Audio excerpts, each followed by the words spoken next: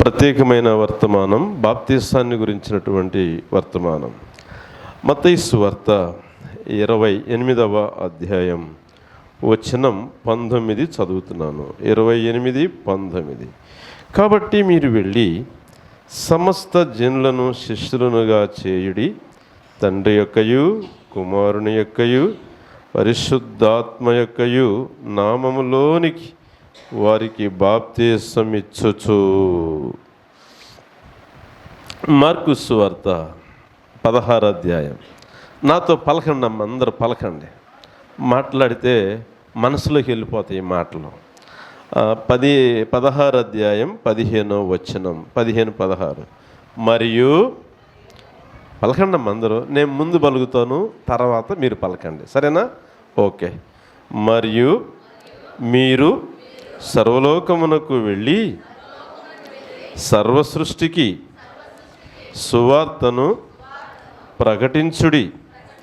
నమ్మి బాప్తిసం పొందినవాడు రక్షింపబడును, నమ్మని వానికి శిక్ష విధింపబడును. హెబ్రీలకు రాయబడిన పత్రిక 6వ అధ్యాయం. హెబ్రీలకు రాయబడిన పత్రిక 6వ అధ్యాయం 2వ వచనాన్ని చదువుతున్నాను. మీరు కూడా నాతో పాటుగా పలకాలి. దేవుని యందలి విశ్వాసమును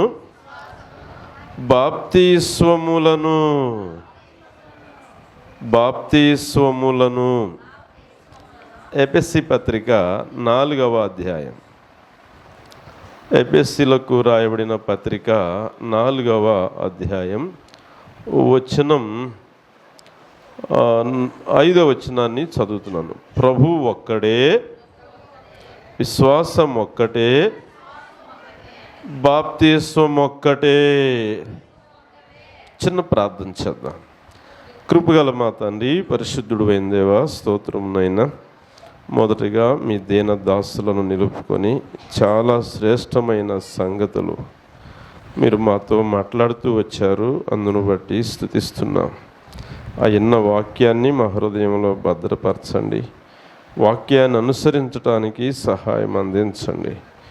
ఈ బలహీన దాసుని కూడా మీరే ఆదుకోమని, నీ పిల్లలకు అవసరమైన మాటలు మీరు దయచేయమని ప్రభువును రక్షకుడైన క్రీస్తు యేసు నామమున ఈ ప్రార్థన సమర్పిస్తున్నాము తండ్రి. ఆమేన్. ప్రభునందు ప్రియమైన సోదరి సోదరులరా, 4 గ్రంథాలలో 4 మాటలు చదువుకున్నాం. ఇప్పుడు మత్తయిలో ఎవరి గురించి ప్రభువు చెప్పాడు, మార్కులో ఎవరి గురించి ప్రభువు చెప్పాడు, హెబ్రీ పత్రికలో బాప్తిస్వములు బహువచనం చెప్పబడ్డది, ఎఫెసీ పత్రికలో బాప్తిస్వం ఒక్కటే అన్నాడు. బాప్తిసాలు 1, 2 ఒక్కటే అని ఎఫెసీ పత్రిక 4:4లో ఉంది. హెబ్రీ పత్రిక 6వ అధ్యాయం 2వ వచనంలో బాప్తిస్వములు బహువచనం. బహువచనం అంటే 1 కంటే ఇంకెన్నైనా. మత్తయిలో ప్రభు బాప్తిస్వము ఇచ్చేవాళ్ళ గురించి చెప్పాడు. బాప్తిస్వము అంటే 2 ఒకటిగానే ఉన్నట్టుగా కనపడతాయి, కానీ దాని అర్థం భావం మారిపోద్ది. దయచేసి కొద్ది నిమిషాలు నిశ్శబ్దంగా ఉందాం, మరి వాక్యం మీద మనసు పెడదాం.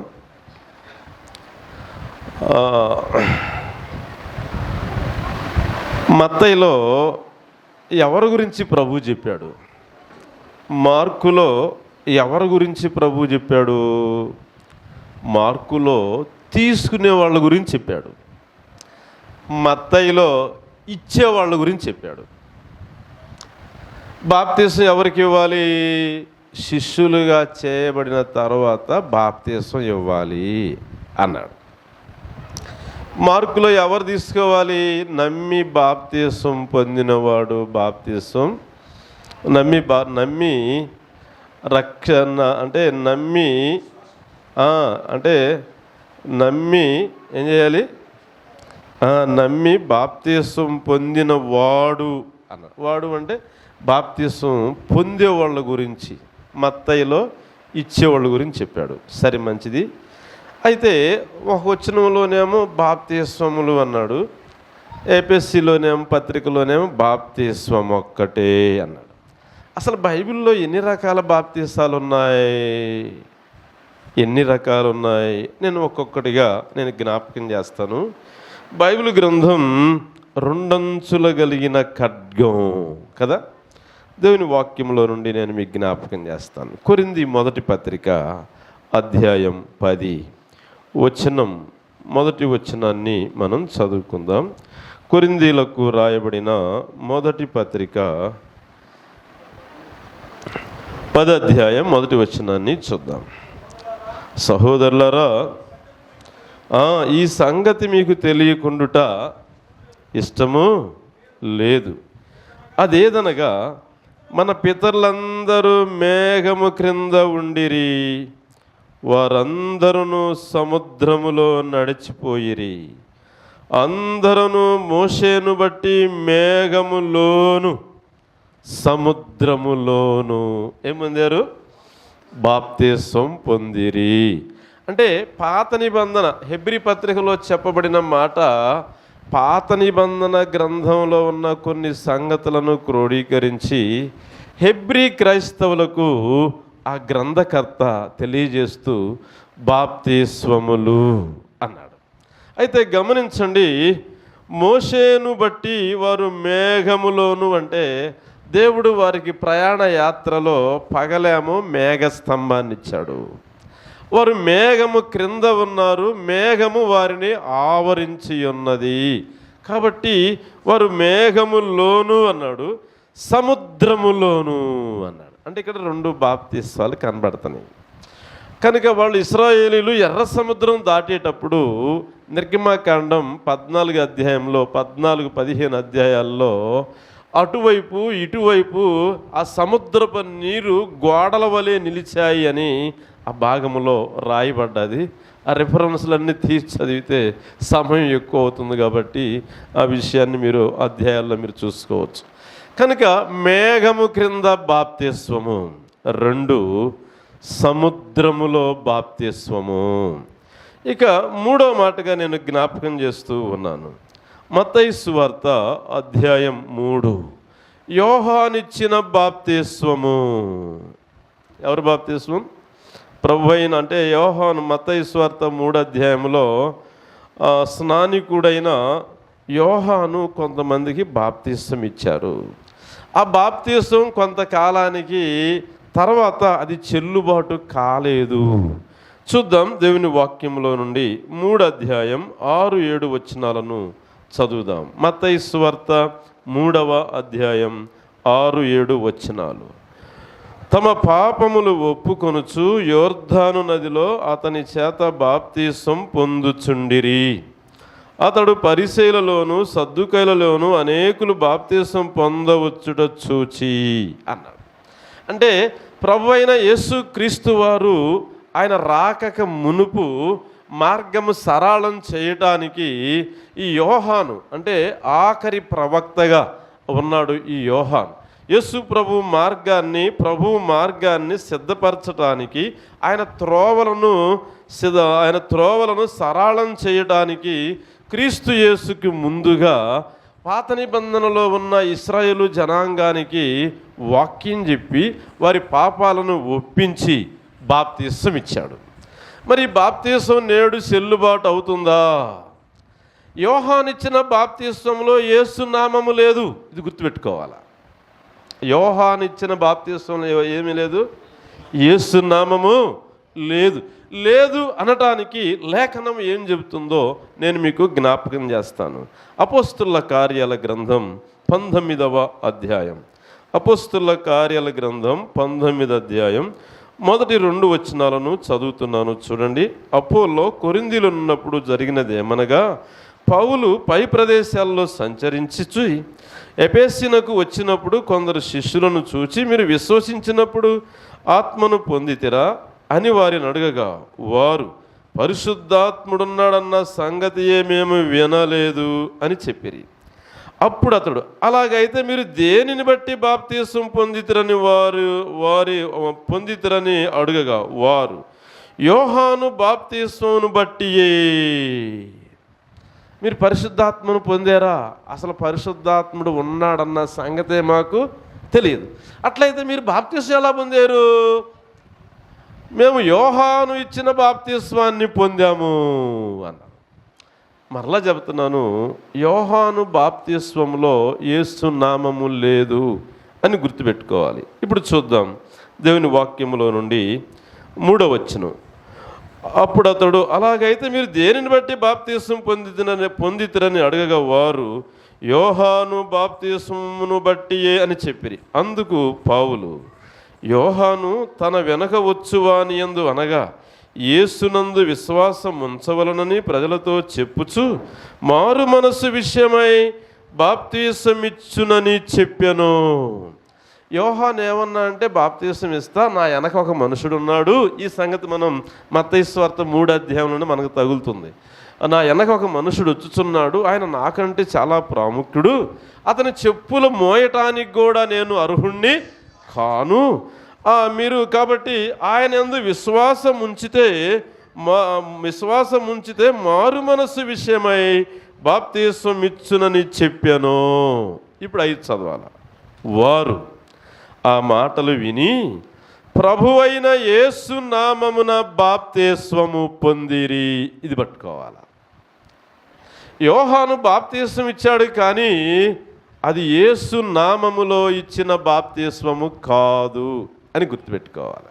దీన్ని బట్టి మనం గమనిస్తే, అంటే యోహాను ఇచ్చిన బాప్తీసంలోనే ఉన్న కారణం చేత మరలా వాళ్ళు 6వ వచనాన్ని మనం గమనిస్తే వారు యేసు నామమున మరలా బాప్తీసం పొందినట్టుగా దేవుని వాక్యంలో ఈ కింద వచనంలో మనం చూడొచ్చు.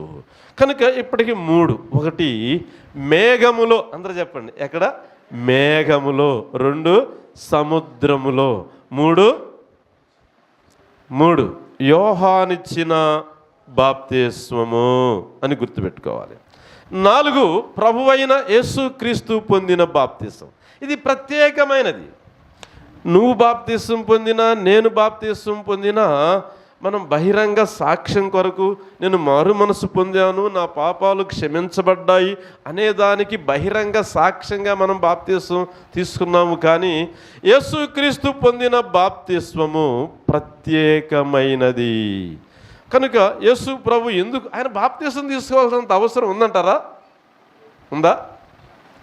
యేసు ప్రభు బాప్తీసం తీసుకోవాల్సినంత అవసరం ఉందా? అవసరం లేదు. కానీ నీతి యావత్తు ఈ రీతిగా నెరవేర్చబడవలనని ఎప్పటికీ కానిమ్ము అన్నాడు. యేసుక్రీస్తు బాప్తీసం పొందటానికి 10 కారణాలు ఉన్నాయి. ఆయన ఎందుకు బాప్తీసం పొందాడు అనే దానికి 10 కారణాలు ఉన్నాయి. అవన్నీ చెప్పుకోవడానికి ఇది సమయం కాదు కాబట్టి 1-2 మాటలు చెప్పి నేను ముందుకు దాటి వెళ్తాను. చూడండి 13 నుండి చూద్దాం. మత్తయి సువార్త 3వ అధ్యాయం 13, 14, 15 వచనాలు రాయబడ్డది. ఆ సమయమున యోహాను చేత బాప్తీసం పొందుటకు యేసు గలిలయ నుండి యోర్దాను దగ్గరనున్న అతని యొద్దకు వచ్చెను. అందుకు యోహాను, నేను నీ చేత బాప్తీసం పొందవలసిన వాడనై ఉండగా నీవు నా యొద్దకు వచ్చుచున్నావా అని ఆయన నివారింప చూచెను. గాని యేసు, ఇప్పటికీ కానిమ్ము, నీతి యావత్తు ఎలాగూ నెరవేరాలి అన్నాడు. అంటే నీతి యావత్తు ఈ బాప్తీసం పొంది దీనిని నెరవేర్చాలి. అందుకే యేసు ప్రభు బాప్తీసం పొందాడు. యేసు ప్రభు పాపక్షమాపణ నిమిత్తం బాప్తీసం పొందాడా? బహిరంగ సాక్ష్యం కొరకు బాప్తీసం పొందాడా? నీతి యావత్తు ఇలాగే జరగాలి, అందుకని ప్రభు బాప్తీసం పొందాడు. కనుక ప్రభు యొక్క బాప్తీస్మము ప్రత్యేకమైనది అని గుర్తుపెట్టుకోవాలి. ఇప్పుడు 4 చెప్పాను. ఎన్ని? 4. మేఘములో, సముద్రములో యోహానిచ్చిన బాప్తీసం, ప్రభు అయిన యేసుక్రీస్తు వారు తీసుకున్న బాప్తీస్వం. 5 పరిశుద్ధాత్మ బాప్తీస్వం. చూడండి 3వ అధ్యాయం మత్తయి సువార్త 3వ అధ్యాయం వచనం 11. మారు మనస్సు నిమిత్తము నేను నీళ్ళల్లో మీకు బాప్తీసం ఇచ్చుచున్నాను. అయితే నా వెనక వచ్చుచున్నవాడు నాకంటే శక్తిమంతుడు. ఆయన చెప్పుల మోయటకైనను నేను పాత్రుడను కాను. చెప్పులు మోయటానిక, చెప్పులు వారు ఇప్పటానిక పాత్రుడిని కానుంది. మత్తయి సువార్తలో యోహాను గురించి, యోహాను చాలా తగ్గింపు. మిగతా సువార్తల్లో చెప్పుల వారు విప్పటానికి పాత్రుడిని కాను అన్నాడు. కానీ మత్తయి సువార్తలో ఆయన చెప్పులు మోయటానికి కూడా నేను పాత్రుడను. ఆహా, ఒకసారి మా సండే స్కూల్ పిల్లోడిని, అరే నా అక్కడ చెప్పులు తీసుకురారా అన్న. వాడు చిన్న చిన్న కాళ్ళు, 2 కాళ్ళు దాంట్లో దూర్చి అది నేర్చుకొని తీసుకొస్తున్నాడు. ఏంటి చెప్పులు? కానీ చెప్పులు మొయ్యటానికి కూడా అర్హుడిని కాను అన్నాడు. ఇందాక అంకుల్ వాక్యం చెబుతూ యేసు ప్రభువు తగ్గించుకున్నాడు కదా. మనం కూడా ఏం చేయాలి? తగ్గించుకోవాలి. నీ చెప్పులను మోయటానికి అర్హుడు కాదు అంటే, కాదు యోహాను, నా చెప్పులు మోయటం కాదు, నా తల మీద చేతులుంచు అన్నాడు. చూసారా? తనను తాను తగ్గించుకునివాడు హెచ్చింపబడను, హెచ్చించుకునివాడు తగ్గించబడను. అసలు నీ చెప్పులు మోయటానికే నేను అర్హుణ్ణి కాదంటే, అలా కాదు, నీ చేతులతో నాకు బాప్తీసం ఇమ్ము.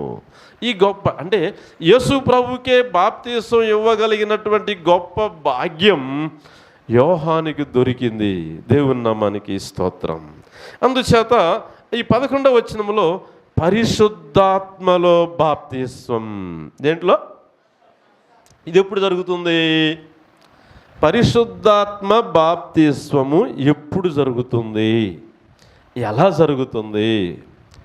ఇప్పుడు విశ్వాసం ఉంచకముందే పరిశుద్ధాత్ముడు, బాప్తీసం పొందినాక పరిశుద్ధాత్ముడు మనలోకి వస్తాడా? బాప్తీసం పొందకముందే పరిశుద్ధాత్మ దేవుడు మనలోనికి ప్రవేశిస్తాడా? ఇప్పుడు బాప్తీసం పొందిన తరువాత. ఇంకా ఒక విశ్వాసిలో పరిశుద్ధాత్మ దేవుడు ఎప్పుడు హృదయంలోనికి ప్రవేశిస్తాడు? రైట్, మారు మనసు పొందినప్పుడే పరిశుద్ధాత్ముడు ప్రవేశిస్తాడు. దానికి లేఖనాలు, ఆధారాలు ఏమైనా ఉన్నాయా? ఉన్నాయి. గలతీలకు రాయబడిన పత్రిక 3వ అధ్యాయం. గలతీలకు రాయబడిన పత్రిక 3వ అధ్యాయం 2వ వచనం చదువుతున్నాను. ఇది మాత్రమే మీ వలన తెలుసుకొని కోరుచున్నాను, ధర్మశాస్త్ర సంబంధమైన క్రియల వలన ఆత్మను పొందితిరా, లేక విశ్వాసముతో వినుట వలన పొందితిరా? ధర్మశాస్త్ర సంబంధమైన క్రియల వల్ల ఆత్మను పొందారా, లేకపోతే విశ్వాసము ద్వారా ఆత్మను పొందారా? విశ్వాసం వల్లే. యోహాను సువార్త అధ్యాయం 7 వచనం 37, 38 కూడా చూద్దాం. యోహాను సువార్త 7వ అధ్యాయంలో ప్రభువైన యేసుక్రీస్తు వారు చాలా స్పష్టంగా మాట్లాడారు. ఆ మాట మనం విందాం. ఆ పండుగలో మహాదినమైన అంత్యదినమున యేసు నిలిచి, ఎవడైనను దప్పిగొన్న ఎడల నా యొద్దకు వచ్చి దప్పి తీర్చుకొనవలెను. నా యందు విశ్వాసముంచు వాడెవడు, లేఖనము చెప్పునట్లు వాని కడుపులో నుండి జీవ జల నదులు పారునని బిగ్గరగా చెప్పాను. తన యందు ఉంచువారు పొందబోవు ఆత్మను గురించి ఆయన ఈ మాట చెప్పాను. అసలు మనం పాపాలు ఒప్పుకోవాలంటే మనంతటా మనం ఒప్పుకోగలమా? దేవా నేను పాపినయ్యా అన్న అంతటా నేను చెప్పగలనా? ఆ మాట, నేను పాపినయ్యా, నేను పాపంలో పుట్టాను, పాపంలో పెరిగాను, నీకు విరోధంగా జీవించానయ్యా, ఆ మాట నా అంతట నేను పలకలేను, నీ అంతట నువ్వు పలకలేవు. దేవుని వాక్యాన్ని అందిస్తూ ఉండగా ఆ అందబడిన వాక్యం పరిశుద్ధాత్మ దేవుడు ప్రేరేపిస్తూ నీతిని గురించి, తీర్పుని గురించి ఒప్పింపచేయును. చూడండి, యోహాను సువార్త అధ్యాయం, దేవుని వాక్యములో నుండి మనం గమనిద్దాం. యోహాను సువార్త 16వ అధ్యాయం వచనం 9. ఆయన, అందరూ ఒకసారి చెప్పండి, ఆయన వచ్చి. ఆయన అంటే ఎవరు? పరిశుద్ధాత్మ దేవుడు. ఆయన అంటే యేసు ప్రభు చెబుతున్నాడు. ఆయన వచ్చి పాపమును గూర్చియు, నీతిని గూర్చియు, తీర్పును గూర్చియు, లోకమును గూర్చియు ఒప్పుకొనజేయును. అంటే ఒక దేవుని సేవకుడు వాక్యాన్ని అందిస్తూ ఉండగా ఆ అందబడిన వాక్యం పరిశుద్ధాత్మ దేవుడు హృదయంలో ఉండి ఏం చేస్తాడు? నువ్వు పాపివి, యేసు ప్రభు నమ్ముకుంటే రక్షణ, నమ్మకపోతే నిత్య నరకం అని పరిశుద్ధాత్మ దేవుడు హృదయంలో కార్యం చేయకపోతే ఒక వ్యక్తి యేసు ప్రభువా నేను పాపిని అనటానికి వీలు కాదు. కనుక మన హృదయంలో నుండి ఆ మాట పలికించేది ఎవరు అంటే పరిశుద్ధాత్మ దేవుడు అన్న సంగతిని ఈ సమయంలో జ్ఞాపకం చేస్తూ ఉన్నాం. కనుక ఈ పరిశుద్ధాత్మ బాప్తిస్వం అనేది ఇది రహస్యంగా జరిగేది. అంటే ఒక వ్యక్తి తన పాపాన్ని ఒప్పింపజేయటం ఇది అంతరంగములో జరిగే బాప్తిస్వం. ఎక్కడ జరిగింది? ఇది అంతరంగములో జరిగే బాప్తిస్వము అన్న సంగతిని నేను జ్ఞాపకం చేస్తూ ఉన్నాను. అదే 11వ వచనములో ఆయన వచ్చి నీళ్లల్లో బాప్తిస్వము అన్నాడు. అది మామూలు నీళ్ళే. మత్తయి సువార్త 3వ అధ్యాయం 11వ వచనములో నీళ్లల్లో బాప్తిస్వము అన్నాడు. అది మామూలు యేసు ప్రభు నమ్ముకున్న తర్వాత, పాపాలు ఒప్పుకున్న తర్వాత, విశ్వసించిన తర్వాత మనం నీళ్లల్లో ఏం చేస్తాం? బాప్తిస్వం తీసుకుంటాం. అది మామూలే. అదే 11వ వచనములో అగ్నిలో బాప్తిస్వం. చూడండి, మత్తయి సువార్త అధ్యాయం 3 వచనం 11. చూస్తున్నారా? బాగా డల్ అయిపోయినట్టున్నారు. చాలిపోయింది కదా. సరే, మీ బాధ నేను కూడా అర్థం చేసుకుంటున్నాను కాబట్టి తీసుకున్న మాటలు నేను త్వరగా ముగిస్తాను. దేవుని వాక్యాన్ని చూద్దాం. 11వ వచనం, మారు మనస్సు నిమిత్తము నేను నీళ్లలో మీకు బాప్తిస్వం ఇచ్చుచున్నాను. అయితే నా వెనక వచ్చుచున్నవాడు నాకంటే శక్తిమంతుడు, ఆయన చెప్పులు మోయుటకైనను నేను పాత్రుడను కాను. ఆయన పరిశుద్ధాత్మలోను అగ్నిలోను మీకు బాప్తిస్వం ఇచ్చును అన్నాడు. ఏ బాప్తిస్వం? అగ్నిలో. ఇది ఎవరికి? నమ్మనోళ్ళకి కూడా బాప్తిస్వం ఉంది. మనం ఏమనుకుంటాం? బాప్తిస్వం అంటే నమ్మినోళ్ళకి కదా అనుకుంటాం. నమ్మనోళ్ళకి కూడా బాప్తిస్వం ఉంది.